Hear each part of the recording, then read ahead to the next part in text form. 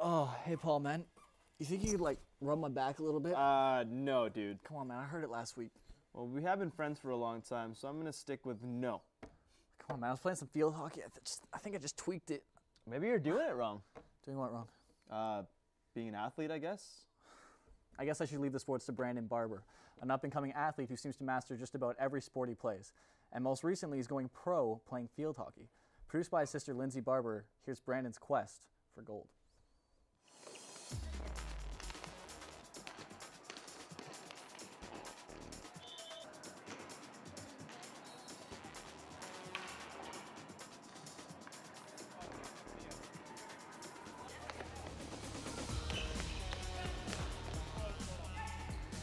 Brandon Barber is an up-and-coming athlete.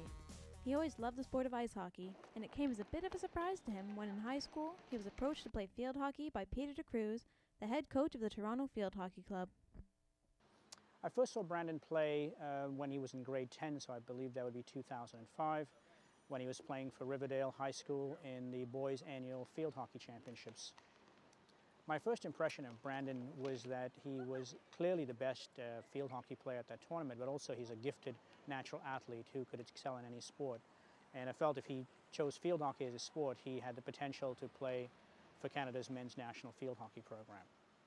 Brandon spent some time training with Peter and learning the differences between his usual ice hockey and the still new sport of field hockey. He joined the Toronto Field Hockey Club and earned MVP in his first tournament, regardless of the fact that his team didn't make the playoffs. First tournament I played in was an indoor tournament where I was representing my hometown of Toronto, and we would play local cities from across Ontario. And my team was god-awful, but that actually helped me because I got to handle the ball a lot. So it was kind of good in that sense that I got a lot of experience. First time I saw Brandon playing was a year and a half ago actually, at an indoor tournament. It's called the Scarborough Cup. It's a junior tournament, and he was playing in the under-19 group. I was there scouting for potential under-19 players for my outdoor provincial team, and I saw a lot of potential in Brandon. I remember going to his club coach and asking his club coach that I wanted him to play in the provincial outdoor team, and I was told to hold back a bit because he was in hockey, ice hockey. But yeah, he definitely, I saw a lot of potential. Brandon did eventually join the Ontario team, and after that, things moved quickly for him. In a few months, he was heading to Vancouver to play in the Nationals with Team Ontario. Still new to the game, Brandon had his worries about playing the sport at a national scale. My initial instinct was that I'm gonna look bad out there. I didn't really have a lot of confidence. I was just really focused on putting in my best effort and all that. I didn't look like I knew where I was for the most part on the field, kind of looking lost, but my coach Cassius really helped me out with that, telling me where to go every time, bringing me back to the drawing board and just showing me what's right, what's wrong. Elementary with me, which was needed, and that was good because all the time I was feeling like I didn't belong there because it was my first year and everything. That tournament went very well for Brandon and was a fantastic learning experience. The team ended up winning the silver medal, which was a huge accomplishment. After the tournament came an even bigger test of his skill. He took part in the national tryouts where he gained a great appreciation for the game. During those tryouts, he learned that it didn't matter how long he'd been playing. What mattered was the effort he put into being the best that he could. Although it's been a short time, Brandon's skill in field hockey has improved immensely, and he has begun to feel much more comfortable with the game. He has slowly begun to gain confidence in his own abilities. Both of Brandon's coaches have very high hopes for his future in the sport. He needs to keep practicing the skills, and I know he loves the sport. I can see he loves everything he does, so yeah, practice. My impression of him is confirmed in terms of his potential when I first saw it 3 years ago. But I've now seen that he's got the qualities to be a world-class field hockey player. And I expect if he focuses and trains that he can certainly achieve that.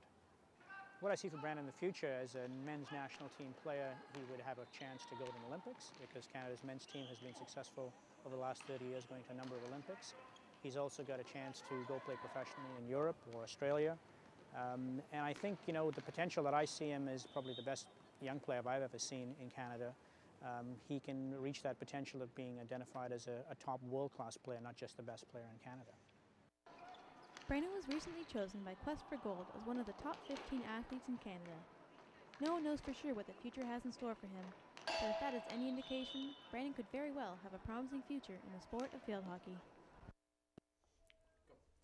Oh, 1,008, 1,009, 1,010. Okay. Whew. Over 1,000. Anyone can play sports, but I beg to see someone do another 1,000 bicep curls like I just did with a bad back and a bad ankle and bad Sean, knee. I don't believe that, and I'm gonna think that you started at 1,000. Come on, man. You're sitting right there. You're just making me look bad now. You know my girlfriend's watching the show. I told her I was going to lose some weight. Well, if you actually want to be able to do 1,000 reps and not be a liar like this guy, you should head over to see Chris White. He's a professional bodybuilder and personal trainer. In our next story produced by Jen Tifo, we take a look at actually what goes into building some serious muscle. So let's check it out. Come on, dude. You should go check him out. No, I'm good. Wanting to know how to get fit and stay in shape for this summer, I went to bodybuilder and personal trainer Chris White. I'm a personal trainer at Markville Fitness. I've been training for a number of years, and I've also been doing bodybuilding for a number of years. I went to Aruba to compete at CAC Games and came in second for the overall. When you go on a stage where you are competing against guys from 16 different countries, it's always a good thing when you focus in, start your diet, and the end result of it is quite impressive. I mean, anybody can pick up 400 or 500 pounds. The question is, do you want to hurt yourself, and do you get anything out of it? All right? If you're not strong enough to do it, it's no sense in doing it. If you are not training for a competition, it's very hard to maintain muscle mass. Your bone density and your muscle mass decreases. You have to have a regimen within your system such as a cardio workout. That will in turn keep your cardiovascular system, your breathing, your heart rate going.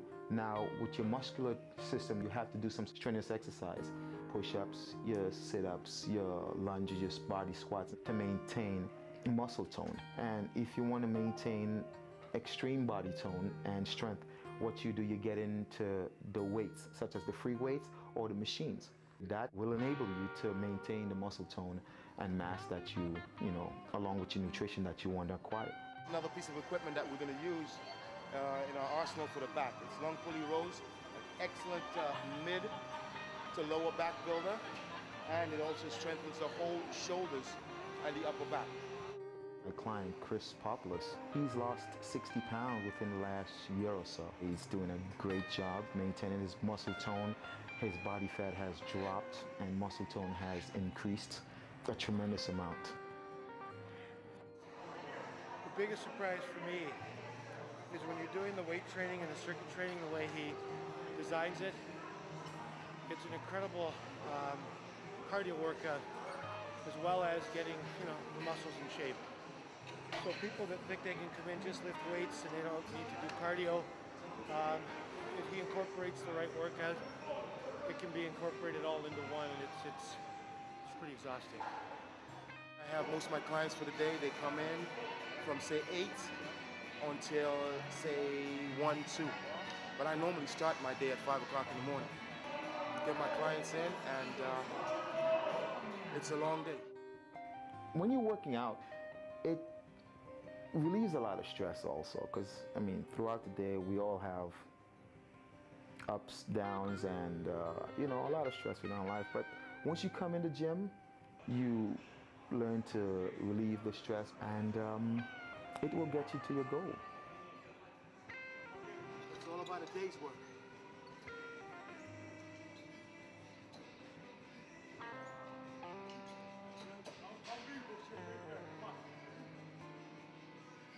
Bodybuilding isn't everything,